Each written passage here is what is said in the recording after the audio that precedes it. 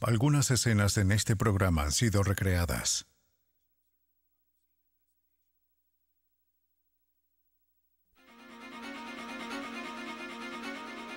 Un adolescente está perdido.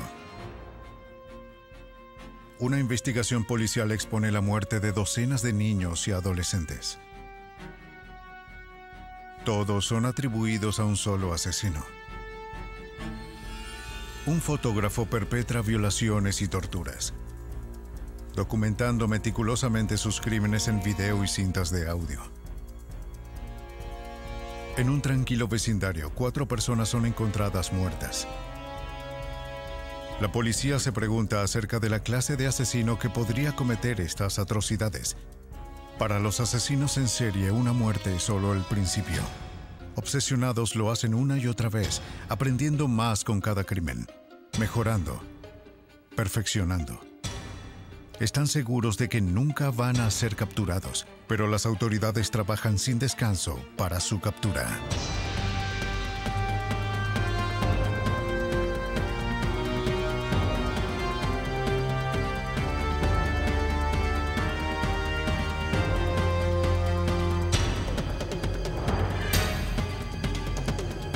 Los nuevos detectives.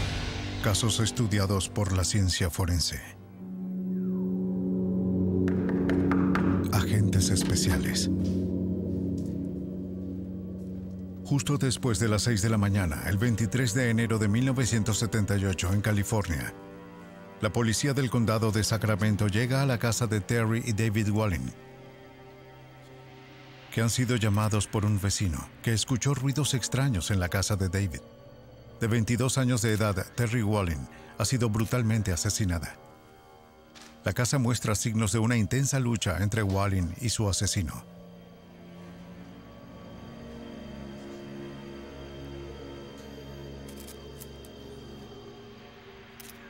Ella sufrió disparos y mutilaciones.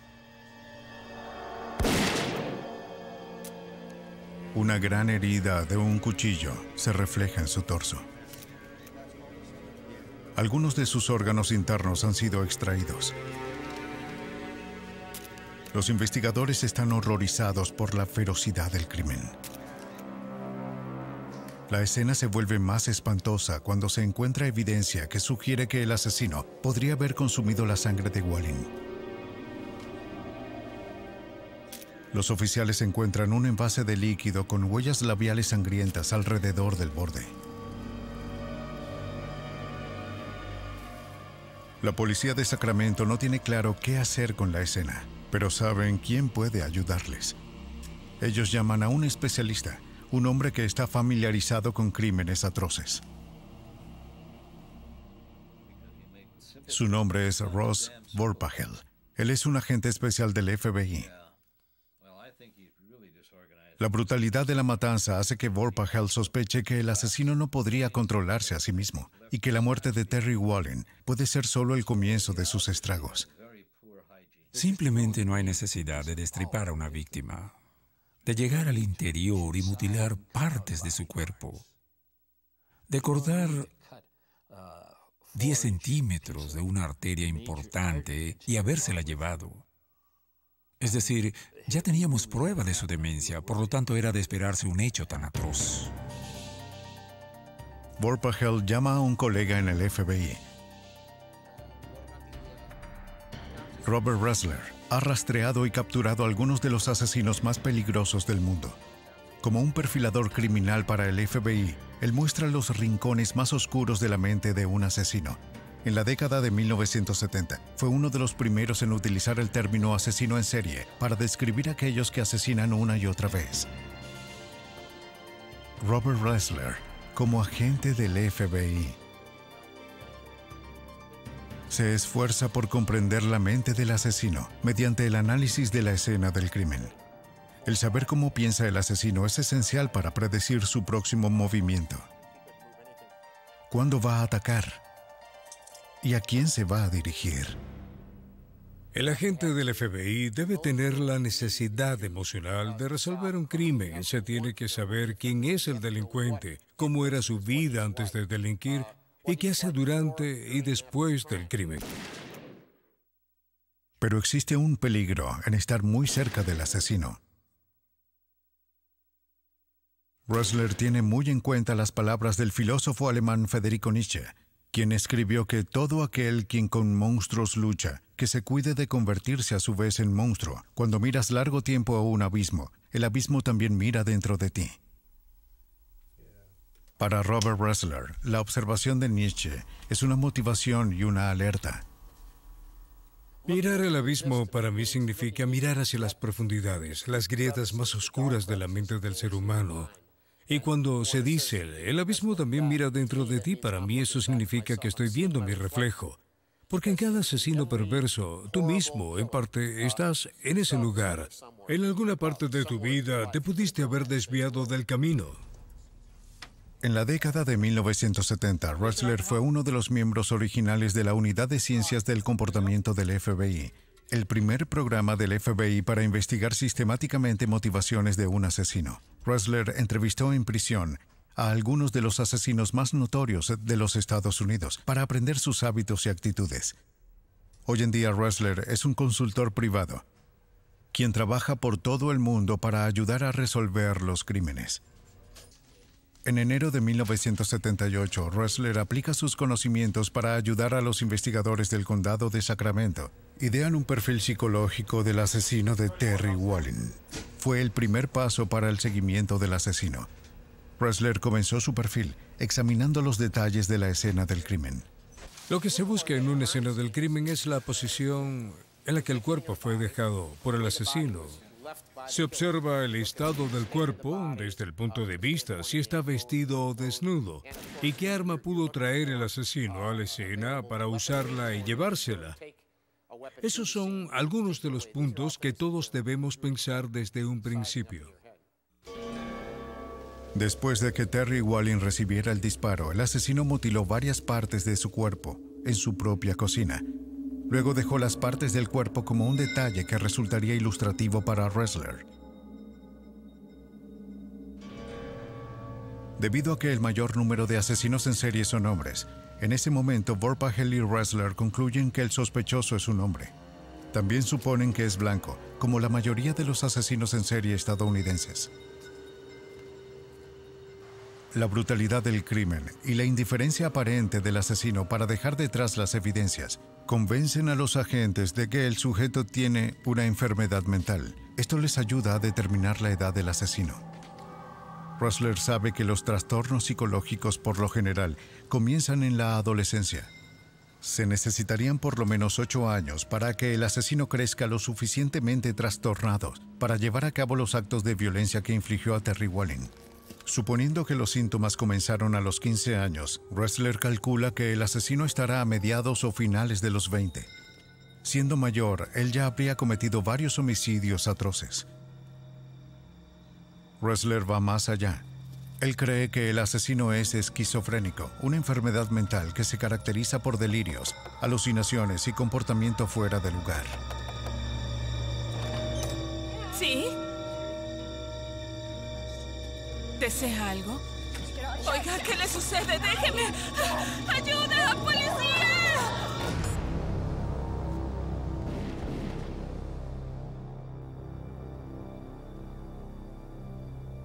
La naturaleza atroz del crimen apunta a la psicosis ya avanzada, una pérdida total de contacto con la realidad. Como él se bebe la sangre de sus víctimas, los investigadores lo llaman el asesino vampiro.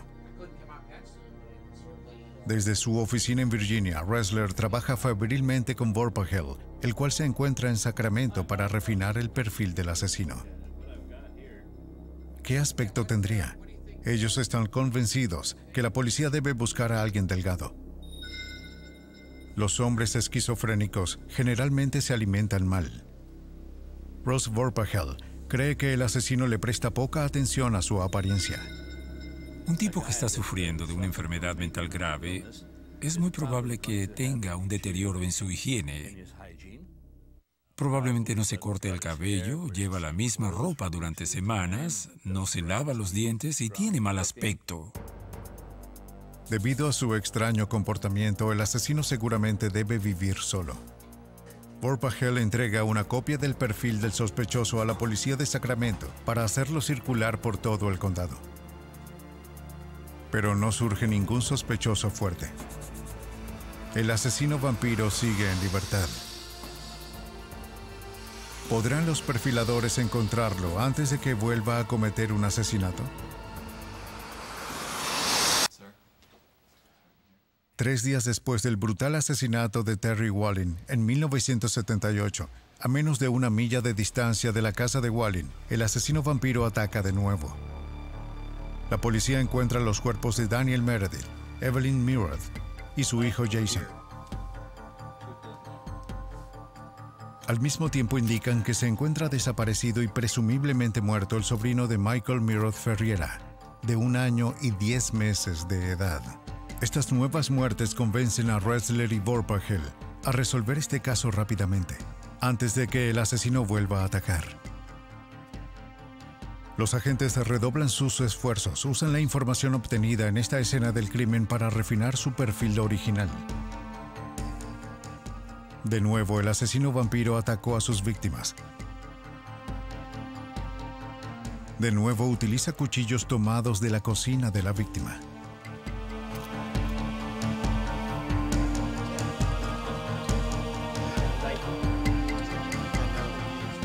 Dos cuchillos se encuentran en la habitación y otro fue encontrado fuera.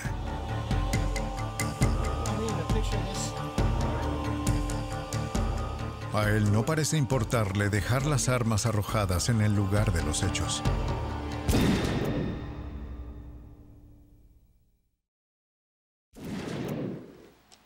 Estos datos le indican a los perfiladores que el asesino no está planeando sus crímenes. A pesar de que lleva un arma, le corta partes de su cuerpo con armas blancas que encuentra en el lugar y luego los deja allí. Tenemos un cuchillo que se utilizó para mutilar los cuerpos. Fue tomado de la cocina y luego se desecha en la escena del crimen. Al ver esto por segunda vez, sin duda recalco en mi mente que estamos tratando con un asesino altamente desorganizado. Organizado y desorganizado. Estas palabras describen el comportamiento de un asesino en serie antes, durante y después del asesinato.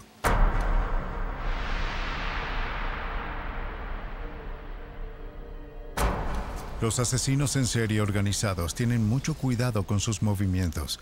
Cubren sus senderos tan a fondo que poca o ninguna evidencia permanece para atarlos a sus crímenes. Por lo contrario, los asesinos en serie desorganizados actúan por impulso. Su comportamiento es al azar, por lo tanto, su siguiente movimiento es difícil de predecir. Los investigadores encuentran manchas de sangre en la tina. Perfiladores creen que el asesino vampiro pudo haber tomado un baño en una mezcla de agua y sangre. Los crímenes son cada vez más espantosos, el asesino más cruel y desorganizado. Ahora bien, sabemos que una persona común no va a llenar una tina con agua y sangre y tomar un baño. Así que aquí vemos la personalidad, aquí vemos la enfermedad mental, vemos lo grave que está. A partir de la evidencia en la escena del crimen, Vorpagel y Ressler reconstruyen la espantosa secuencia de los acontecimientos. Y el aterrador retrato de un hombre que nunca han visto comienza a emerger.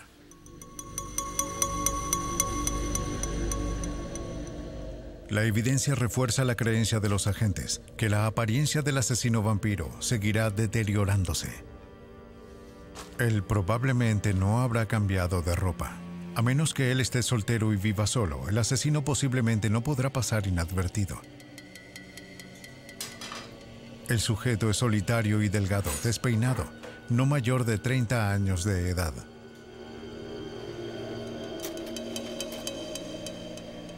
Los investigadores quedan desconcertados cuando una camioneta de color rojo robada a Daniel Meredith, víctima de un asesinato, aparece en una corta distancia. Debido a que se encontró cerca, Ressler determina que el asesino vampiro debió haber caminado a la escena del crimen y luego huyó a pie después de abandonar el auto. El asesino debería vivir no muy lejos de allí, dentro de una distancia muy cercana al auto abandonado, diría que aproximadamente medio kilómetro. El día después de los asesinatos Mirod, la policía recibe un informe que indica que un perro había recibido un disparo y sufrió mutilaciones dentro de los bloques cercanos a la escena del crimen. Para los agentes es el momento ideal que han estado buscando. Saben que cuando son niños, los asesinos en serie mutilan y matan animales. Él saldría y mataría a estas mascotas disparándoles con la misma arma con la que asesinó a Wallin, Mayroth y Meredith. Y entonces, él luego los destriparía y bebería su sangre. A medida que se encuentren más animales muertos, el círculo se cierra. Los agentes están convencidos de que el asesino vampiro vive cerca de los animales mutilados y sus víctimas humanas. No debe haber viajado muy lejos. La policía circula el perfil revisado por toda la ciudad, con la esperanza de que alguien pueda haber visto a un hombre con mal aspecto actuando de manera extraña. Los oficiales se comunican por vía radio, a medio kilómetro de los homicidios.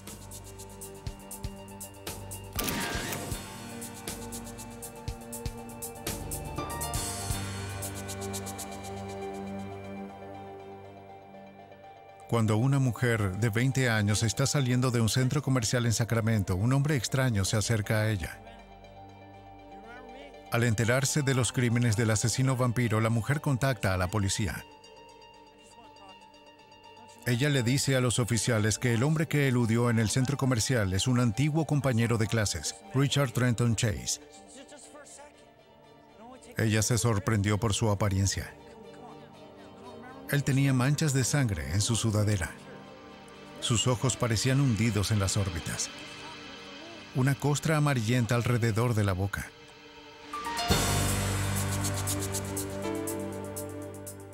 Según la descripción de la mujer, Chase encaja en el perfil del asesino vampiro.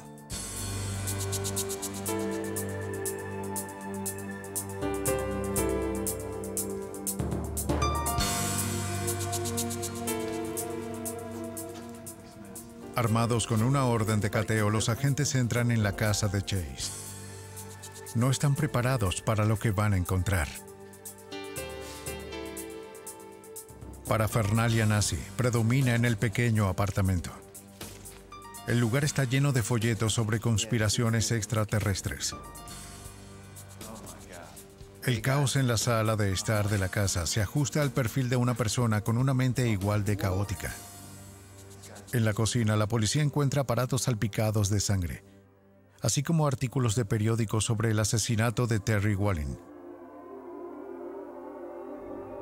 Varios platos en el refrigerador contienen tejido humano. En un cajón de la cocina hay cuchillos tomados de la casa de Wallin.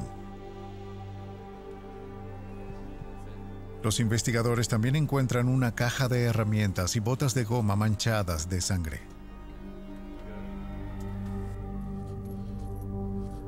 Chase es detenido y acusado de 6 cargos de asesinato en primer grado, entre ellos el asesinato del sobrino de Evelyn Meredith, de 1 año y 2 meses de edad, Michael Ferriera, cuyos restos se encuentran a poca distancia del apartamento de Chase. El jurado delibera solo unas pocas horas antes de pronunciar a Chase culpable de todos los cargos.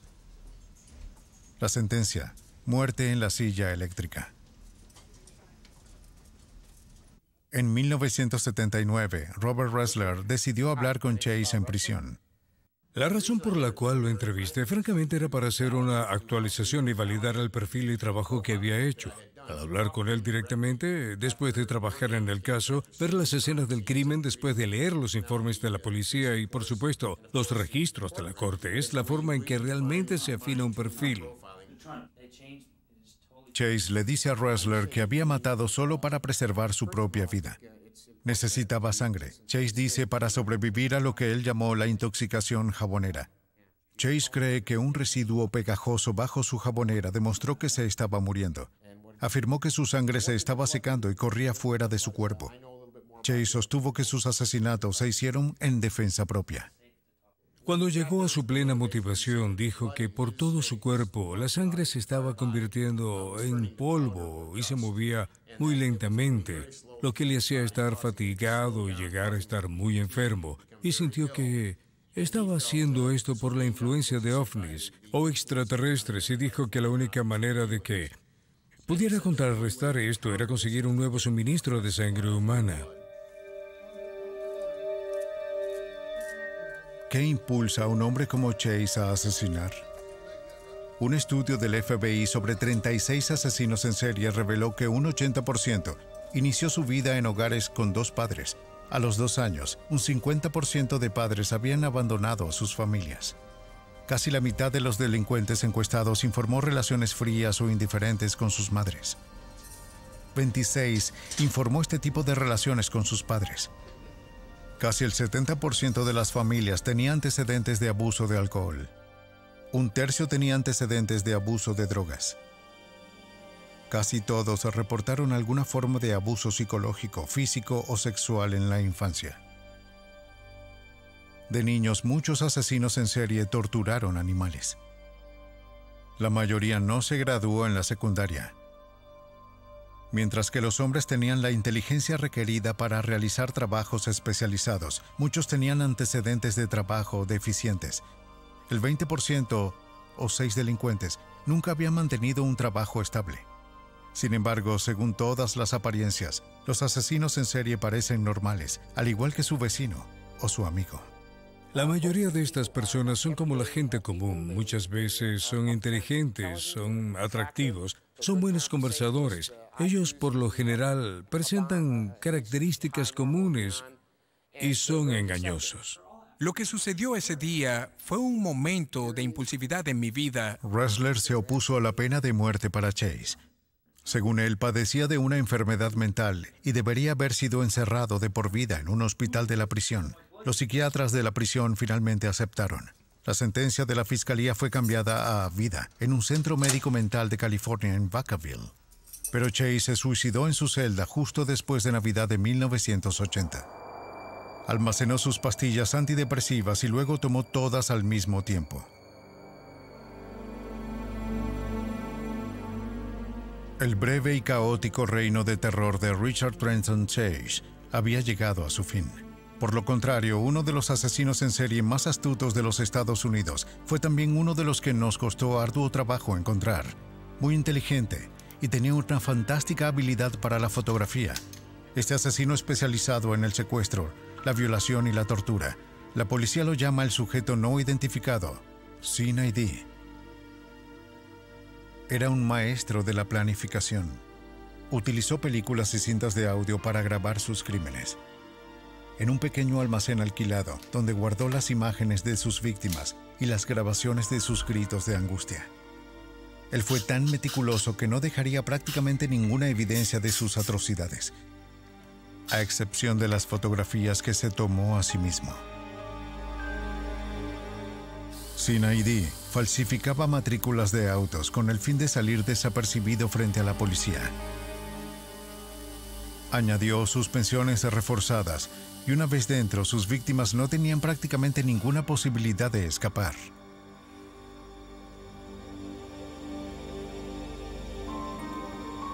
Durante 5 años viajó de estado a estado, sin permanecer en un lugar demasiado tiempo.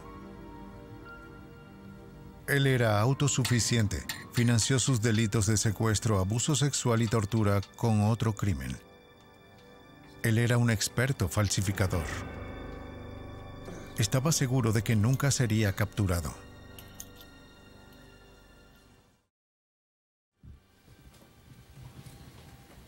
En Manassas, Virginia, un equipo de ex agentes del FBI persigue a algunos de los criminales más peligrosos del mundo. Se hacen llamar el Grupo Academia. Entre ellos se han acumulado años de experiencia en la investigación de los asesinatos en serie. Robert Hasselwood y Peter Smerick son expertos en perfiles psicológicos de criminales. Si en la vida eres una persona impulsiva y actúas sin pensar, entonces, en una escena del crimen puedes ser muy descuidado y esto es un reflejo de tus actos. Por otro lado, si en la vida eres una persona fría y calculadora que no toma riesgos innecesarios, ese tipo de comportamiento también se puede demostrar en una escena de crimen. A pesar de la evidencia en una escena del crimen, la categorización de los asesinos en serie es difícil. Algunos asesinos en serie demuestran una mezcla de costumbres desordenadas y organizadas. Sucede que un investigador empieza a buscar en una escena del crimen y trata de poner al delincuente en una de estas categorías bien organizadas. Él va a estar decepcionado cuando la persona se detiene y no se ajusta a estas categorías.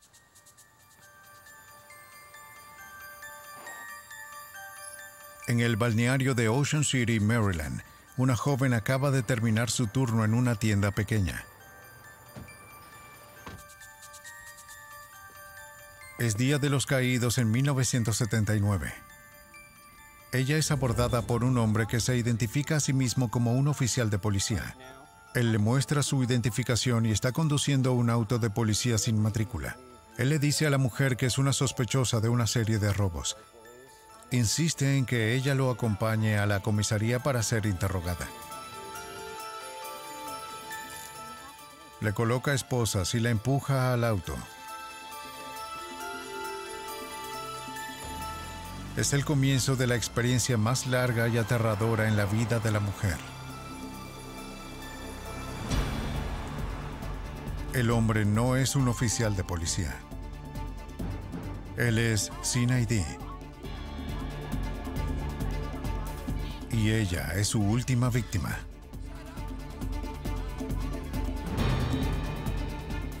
Él la lleva a un edificio abandonado donde de pronto la abusa sexualmente y la tortura. Le toma fotografías de todo el mal que le está haciendo. Creo que una de las palabras que usamos hoy son poder y control. Si usted está tratando con un agresor sexual y está tratando con un asesino en serie, creo que todo se reduce a los dos elementos básicos, el poder y el control sobre la vida de otro individuo. De nuevo empuja a la mujer aturdida a su auto y la lleva a un último viaje. El agresor detiene el auto, abre la puerta del pasajero y arroja a la mujer en una zanja. Pero él no la asesinó. Le permitió vivir a la víctima,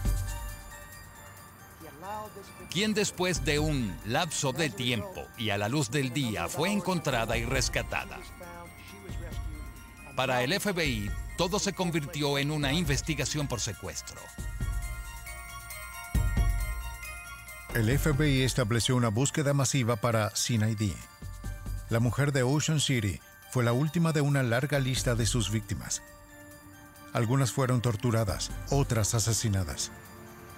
Pero pasaron muchos años antes de que alguien tomara el caso.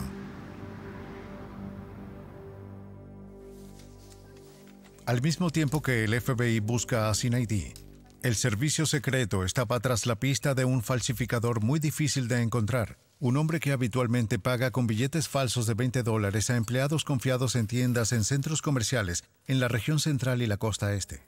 Un elemento sobre cualquier agencia policial, no importa lo efectiva que pueda ser, se necesita un poco de suerte y la cooperación de una ciudadanía alerta.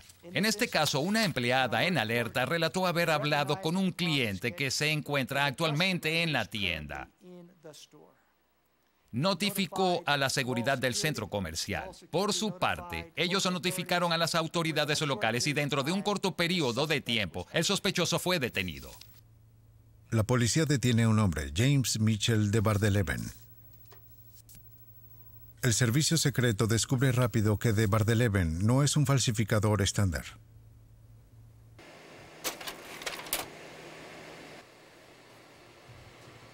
Los agentes buscan en una unidad de almacenamiento alquilada por de Bardeleven. En el interior hay fajos de billetes falsos que ha estado pasando. Pero para su sorpresa, los agentes también descubren una colección grotesca de imágenes y grabaciones de audio. En el descubrimiento de 1983 se halla el foco de la investigación del FBI.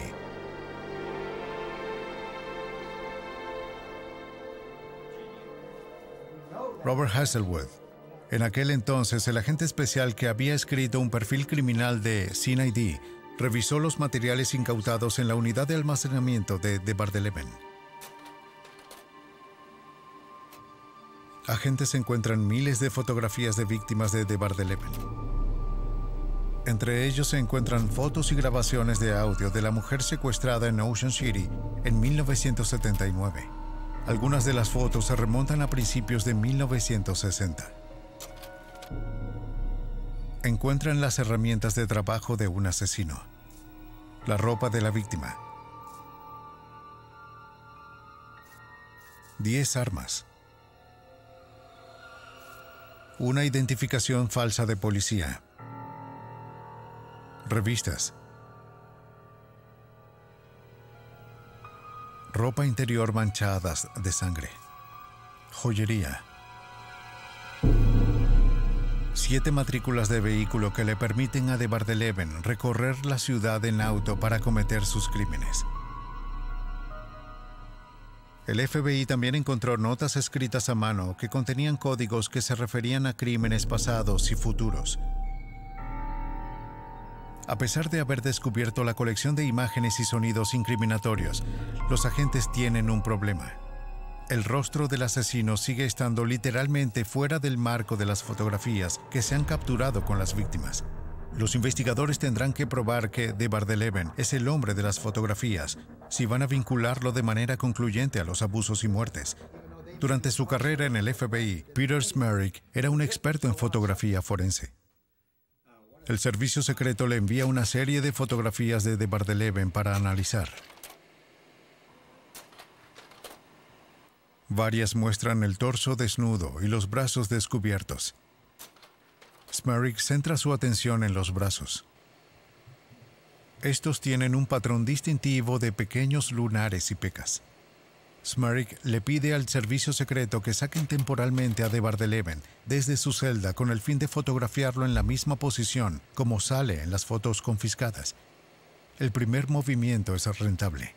Cuando Smerick compara las fotografías tomadas por el servicio secreto con las que se encuentran en la unidad de almacenamiento, hallan los patrones de los lunares. Es la prueba que los agentes buscaban desesperadamente. En todos los años que trabajé con perfiles criminales, no puedo pensar en otro caso en el que el delincuente era un excelente fotógrafo. De manera tal que, sin saberlo, tomó sus propias fotografías de la escena del crimen y eso fue lo que terminó llevándolo a la cárcel. En 1984, Bar-de-Leven fue juzgado y condenado a cadena perpetua. Hoy cumple su sentencia en una penitenciaría del estado de Texas. Bar-de-Leven es uno de los criminales más peligrosos, en mi opinión. Él fue capaz de cometer una serie de crímenes durante varios años en una variedad de estados, y esos delitos nunca fueron vinculados a él. Eso le hizo extremadamente peligroso. Creo que está involucrado en muchos más delitos atroces, teniendo plena conciencia. Mediante el control de todas las variables, las armas, la ubicación y la víctima, un asesino en serie organizado puede deslizarse a través de cualquier persecución, saliéndose con la suya durante años mientras se oculta a la vista. Tal fue el caso de John Wayne Gacy, un prominente hombre de negocios del área de Chicago.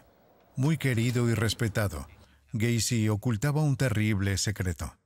¿Está el señor Gacy?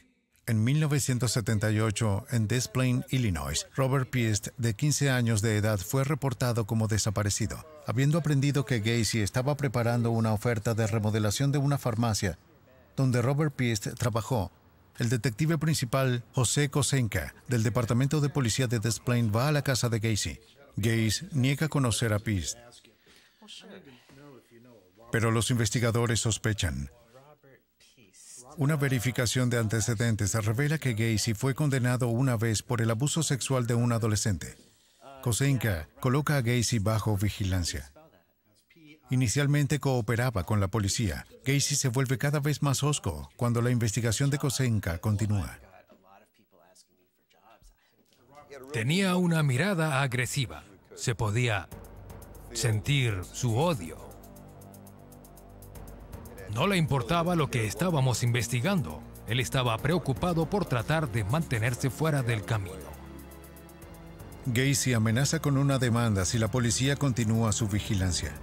Oficiales persisten, sospechando que Gacy tiene mucho que ocultar, pero incluso ellos no están preparados para saber lo que encontrarán. En 1978, durante varias semanas, la policía de Des Plaines no dejó que John Wayne Gacy estuviese fuera de vista. Finalmente llegó el momento de entrar a su casa. En la búsqueda descubren un recibo de fotos que pertenecía a Robert Piest, que une a Gacy a la desaparición del adolescente. Una búsqueda exhaustiva revelaría aún más. El detective Kosenka fue el primero en entrar a la casa de Gacy. Fui una de las primeras personas que llegaron a la casa. Y entré por la puerta trasera. Caminé por el lugar. Estaba oscuro. Era misterioso. Las persianas de las ventanas estaban cerradas. Había una sensación siniestra, debido a que estábamos empezando a creer que podía haber gente sepultada debajo de la casa de Gacy, con base en la información que habíamos recolectado.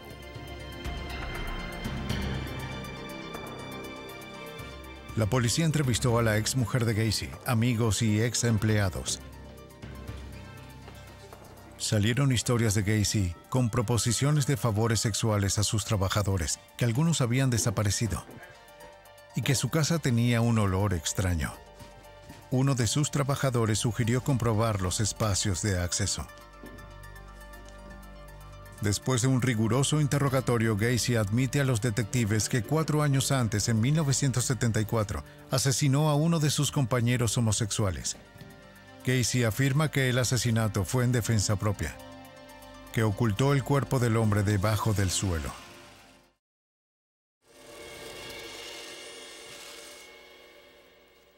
Entonces, Gacy sorprende a los investigadores.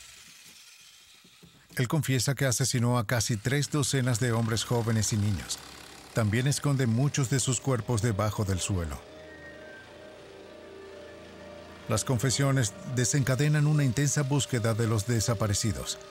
Los detectives examinan el espacio de acceso con la esperanza de encontrar a las víctimas de Gacy. Descubren 3 cuerpos en descomposición y partes de otros órganos.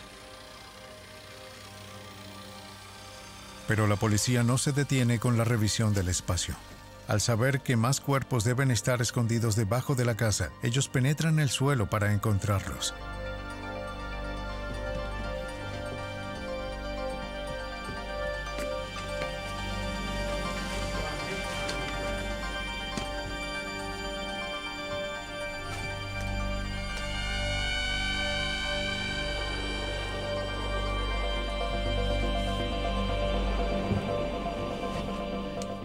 Con el tiempo hallarían cuerpos enterrados bajo el suelo del comedor y el garaje. Bajo la casa hay un campo de muerte lleno de huesos enterrados y esqueletos desordenados. La policía detiene a Gacy por el asesinato de Robert Piest. Aunque los cuerpos que descubrieron tenían mucho tiempo de muertos, ninguno podría ser el del niño desaparecido. Gacy pensó que la mejor manera de no ser atrapado por sus crímenes era mantener el control de sus víctimas después de matarlos, pero cuando eres un psicópata, se imagina que nunca encontrarían aquellos cuerpos enterrados. Piensa que su inteligencia es superior a todos, incluso más que la policía. Al esconder a sus víctimas en su propia casa, Gacy mantuvo un control total sobre ellos, incluso muertos. Podría seguir confiando en que nadie era capaz de encontrarlos sin su conocimiento. Desde su cuidadosa atención y planificación hasta la muerte, es la marca de un asesino altamente organizado. Todo cada vez es más claro, especialmente cuando se ve en el interior de la casa. Indicaría que Gacy era muy metódico, muy bien planificado, y que él había pensado estos crímenes en gran detalle antes de embarcarse en ellos. Gacy también arrojaba a sus víctimas en el río Des Plaines. La policía recuperó 6 cuerpos en ese lugar. Uno de ellos era Robert Piest. Cuando todo terminó, la policía identificó los restos de 33 personas. Bob estaba interesado en el proceso debido a que el FBI estaba formulando dentro de la Unidad de Ciencias y Comportamiento un tipo de estudio en profundidad de las personas que cometen una serie de asesinatos y querían saber más sobre ellos, querían entenderlos. Y este era un caso muy típico.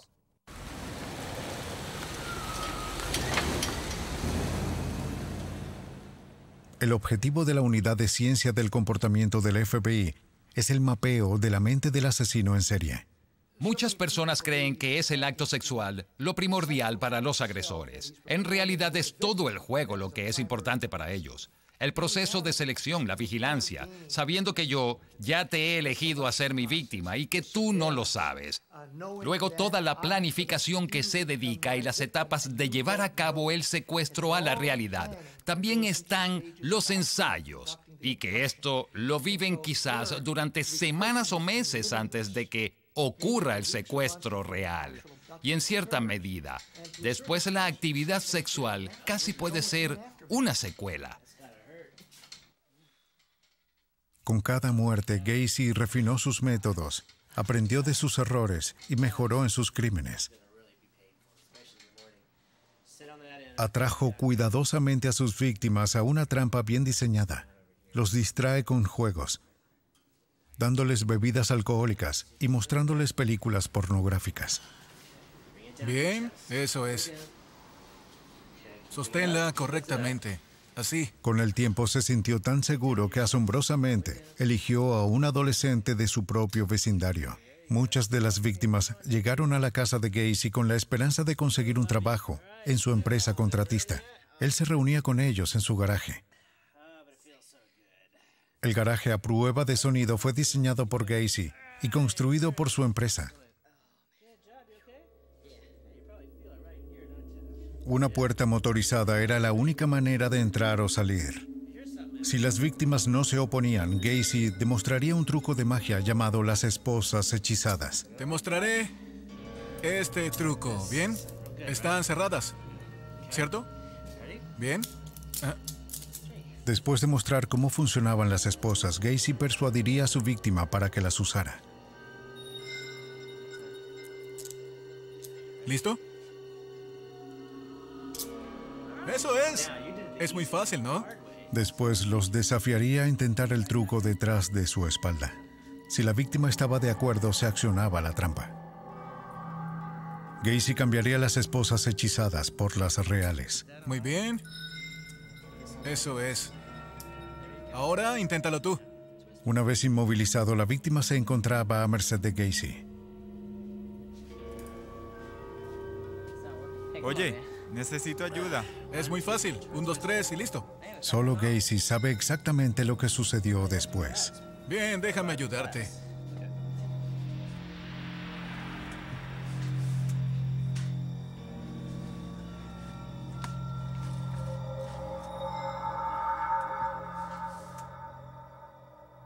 Al igual que el agresor sexual y asesino en serie James Mitchell de Bardeleven, Gacy pensó que había cubierto completamente sus pistas, pero los objetos encontrados durante la búsqueda en la casa de Gacy proporcionaron la evidencia clave, aunque la policía no lo sabía en ese momento. Los detectives descubren licencias de conducir, hebillas de cinturones, anillos y otros efectos personales. Ressler alertó a los investigadores sobre la importancia de estos objetos. Habíamos encontrado estos elementos sin saber qué habíamos encontrado. Bob entró y comenzó indicándonos y dijo, para ustedes tal vez una hebilla de un cinturón no importa, pero para la persona que cometió el crimen es muy importante. Es un proceso visual para ayudar a revivir el crimen en el momento que él quiera hacerlo.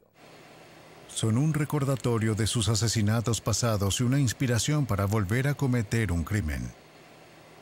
Para Gacy esto es una especie de símbolos dentro de sus crímenes. Un recordatorio. Mejoran su fantasía y lo llevan a la siguiente víctima.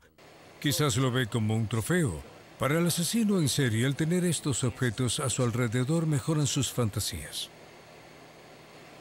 El objeto más perturbador que se encontraba en la casa de Gacy Era un mapa indicando los sitios de trabajo alrededor de los Estados Unidos, donde había trabajado como contratista. Ressler cree que probablemente Gacy no había limitado sus crímenes a Chicago. Parecía lógico que si Gacy viajaba y hacía esto en Chicago, también lo pudo hacer en otros lugares. Es por eso que creo firmemente que John Gacy asesinó a más de 33 personas. Creo que probablemente 2 veces ese número. Los equipos forenses desmantelaron la casa de Gacy. En total se recuperaron unos 27 cuerpos.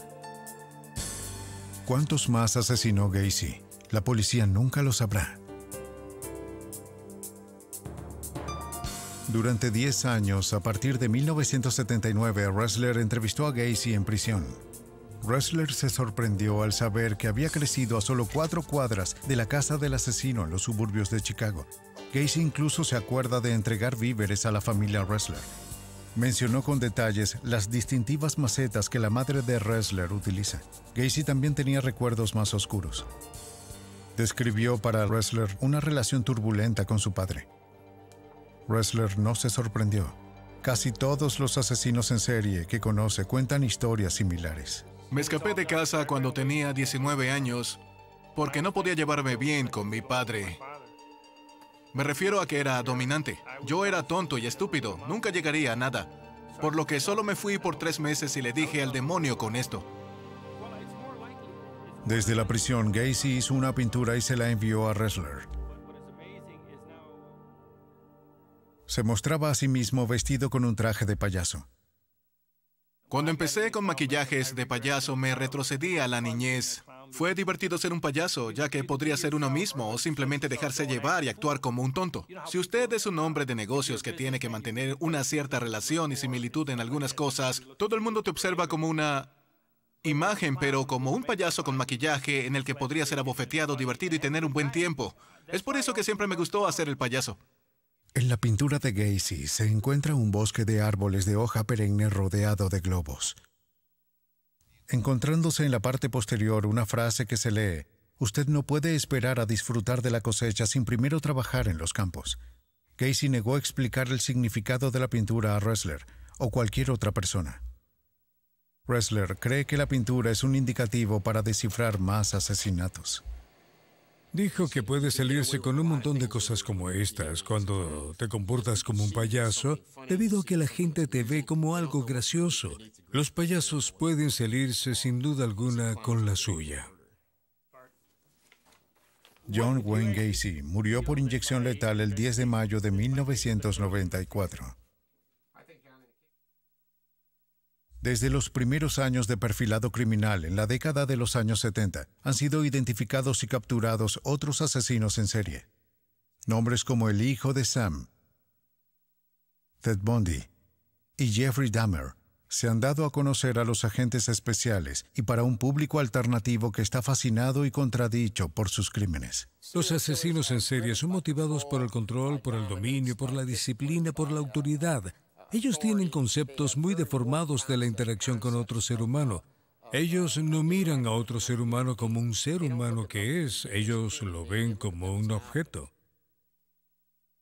Robert Ressler cree que los asesinatos en serie, si bien no se limitan a Estados Unidos, se han intensificado en este país desde el final de la Segunda Guerra Mundial. Apetecibles, parte de la razón tiene que ver con una cultura que idealiza y fomenta la violencia. La cultura produce, ya sabes, produce los crímenes violentos. Yo diría que el 75% de los asesinos en serie del mundo son productos norteamericanos.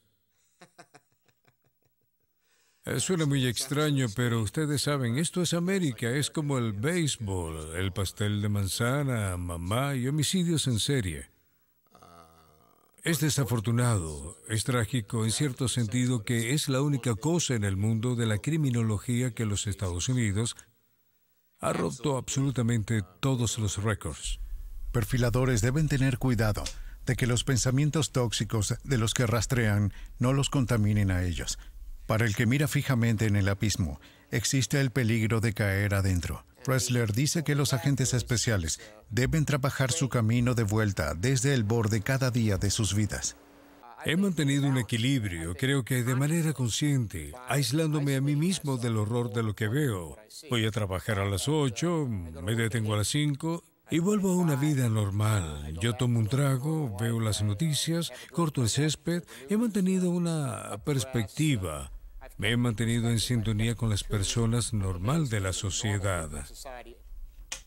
Para Ressler, el perfilado es mucho más análisis que drama. Observar, pensar, concluir y darse cuenta de que no hay respuestas fáciles o rápidas.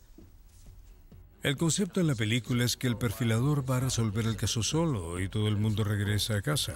Los perfiles son grandes herramientas globales del investigador, es una pieza más de ese rompecabezas. Y cuando se coloca todo junto, el resultado suele ser muy eficaz. Los perfiladores exploran las regiones más oscuras de la mente, arrastrando lo que está oculto a la luz del día. Solo entonces puede ser examinado y aprendido. El valor de los perfiles, como en el caso de Richard Chase, es dar a la policía algunos conceptos, algún retrato psicológico o una imagen del tipológico al tema que se está buscando, para darles una idea clara, porque de lo contrario es solo una habitación vacía. Estos agresores sienten que nunca pueden ser capturados, que son invulnerables. Sin embargo, con cada nueva víctima, cada gota de sangre, cada fibra o hebra de ADN en la izquierda en la escena del crimen, agentes especiales se profundizan en la mente de los asesinos.